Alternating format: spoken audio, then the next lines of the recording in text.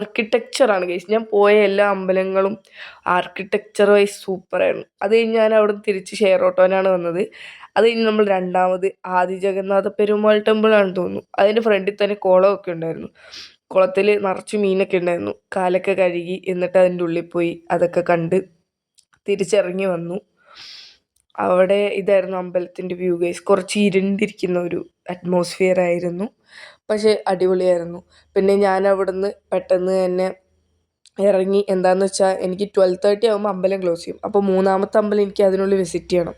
ഞാൻ കുറേ നേരം വെയിറ്റ് ചെയ്തിരുന്നു, ബസ്സൊന്നും വന്നില്ല. ലാസ്റ്റ് ഞാൻ ലിഫ്റ്റ് അടിച്ച് പോവുകയാണ് ചെയ്തത് ബസ് സ്റ്റാൻഡിലേക്ക്. ബസ് സ്റ്റാൻഡിൽ നിന്ന് നെക്സ്റ്റ് നമ്മൾ